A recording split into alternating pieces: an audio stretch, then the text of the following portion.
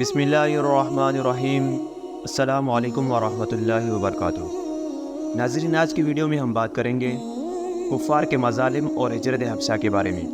رسول اللہ صلی اللہ علیہ وسلم پر کافروں کا ظلم و ستم اور صحابہ کرام پر کافروں کے ظلم و ستم کے بارے میں اور ہجرت حبشہ کی طرف سفر کرنے کے بارے میں بات کریں گے، لہٰذا اس ویڈیو کو اسکپ مت کرنا، اور اگر آپ نے ہمارے چینل کو ابھی تک سبسکرائب نہیں کیا ہے تو سب سے پہلے ہمارے چینل کو لازمی سبسکرائب کریں۔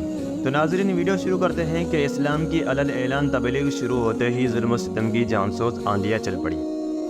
کفار مکہ بنو ہاشم کے انتقام اور جنگ کے خطرے کی وجہ سے اللہ کے آخری نبی کریم صلی اللہ علیہ وسلم کو شہید تو نہ کر سکے، لیکن جتنا ہو سکا انہوں نے ظلم و ستم کے پہاڑ توڑے۔ آپ کو کاہن، جادوگر، پاگل، دیوانہ کہتے اور آپ کی شان عظمت نشان میں گستاخانہ جملے بکتے، کبھی کوڑا کرکٹ اچھالتے تو کبھی دروازہ رحمت پر جانوروں کا خون ڈالتے، کبھی راستوں میں کانٹے بچھاتے تو کبھی بدن انوار کو نشانہ بناتے۔ ایک دفعہ جب آپ حرم کعبہ میں سجدہ فرما رہے تھے تو اسی حالت میں عقبہ نامی ایک کافر نے حضور صلی اللہ علیہ وسلم کی پیٹھ پر اوجڑی رکھ دی۔ کافر یہ منظر دیکھ کر ہنسنے لگے اور خوشی سے باولے ہو رہے تھے۔ پھر حضرت بی بی فاطمہ رضی اللہ عنہا تشریف لائیں اور اس اوجڑی کو اٹھایا۔ ایک بار رسول اللہ صلی اللہ علیہ وسلم حرم کعبہ میں نماز پڑھ رہے تھے کہ عقبہ نامی ایک کافر نے آپ کے گلے میں چادر کا پھندا ڈال کر اس زور سے کھینچا کہ آپ کا دم گھٹنے لگا۔ حضرت ابو بکر صدیق رضی اللہ تعالیٰ عنہ نے یہ منظر دیکھ کر آگے بڑھے اور اس کافر کو دھکا دے کر ہٹایا۔ بعد میں کافروں نے حضرت ابو بکر صدیق رضی اللہ تعالیٰ عنہ پر بھی تشدد کیا۔ اللہ کے آخری نبی کریم صلی اللہ علیہ وسلم کے ساتھ ساتھ کافروں نے صحابہ کرام پر بھی ظلم و ستم کے پہاڑ توڑے۔ ایک دفعہ حضرت ابو بکر صدیق رضی اللہ تعالیٰ عنہ نے حرم کعبہ میں خطبہ دینا شروع کیا۔ یہ دیکھ کر مشرکین و کفار مسلمانوں پر ٹوٹ پڑے۔ حضرت ابو بکر صدیق رضی اللہ تعالیٰ عنہ کو اتنا مارا کہ ان کا چہرہ خون سے تر ہو گیا، ناک کان سب خون سے لہو لہان ہو گئے اور ان کا چہرہ پہچان میں نہ آتا تھا۔ حضرت ابو بکر صدیق رضی اللہ تعالیٰ عنہ بے ہوش ہو گئے اور دیر تک بے ہوش رہے۔ حضرت خباب رضی اللہ تعالیٰ عنہ اس زمانے میں اسلام لائے جب صرف چند ہی آدمی مسلمان ہوئے تھے۔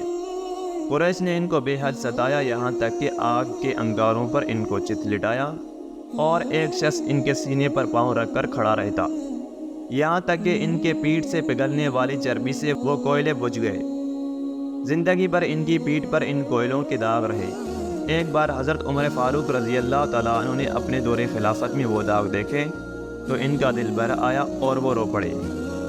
حضرت بلال رضی اللہ تعالیٰ عنہ کے گلے میں رسی باندھ کر بازاروں میں گھسیٹا جاتا، ان کی پیٹھ پر لاٹھیوں کی بارش کی جاتی، دوپہر کے وقت تیز دھوپ میں گرم گرم ریت پر ان کو لٹا کر اتنا بھاری پتھر ان کی چھاتی پر رکھ دیا جاتا تھا کہ ان کی زبان باہر نکل آتی تھی۔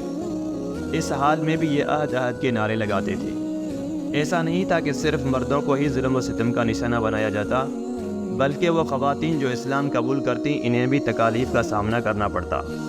حضرت عمار بن یاسر کی والدہ حضرت سمیہ رضی اللہ عنہا وہ خوش بخت خاتون ہیں جنہوں نے سب سے پہلے اپنے خون کا نذرانہ پیش کیا۔ یہ بوڑھی تھی، ابو جہل نے انہیں نیزہ مار کر شہید کر دیا تھا۔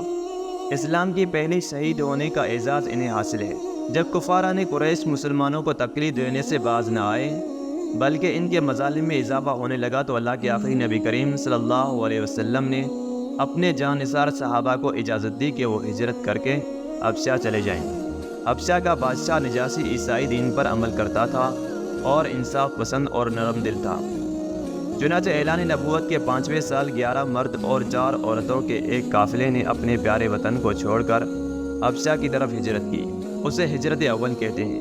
کچھ دنوں کے بعد مزید کئی صحابہ و صحابیات نے حبشہ کی طرف ہجرت کی، یہاں تک کہ حبشہ ہجرت کرنے والوں کی تعداد 82 افراد تک پہنچ گئی۔ یہ دیکھ کر قریش نے حبشہ کے بادشاہ کی طرف ایک وفد بھیجا جس نے بادشاہ سے اصرار کیا کہ وہ ان مسلمانوں کو قریش کے حوالے کر دے، مگر کفار کی یہ کوشش ناکام ہو گئی۔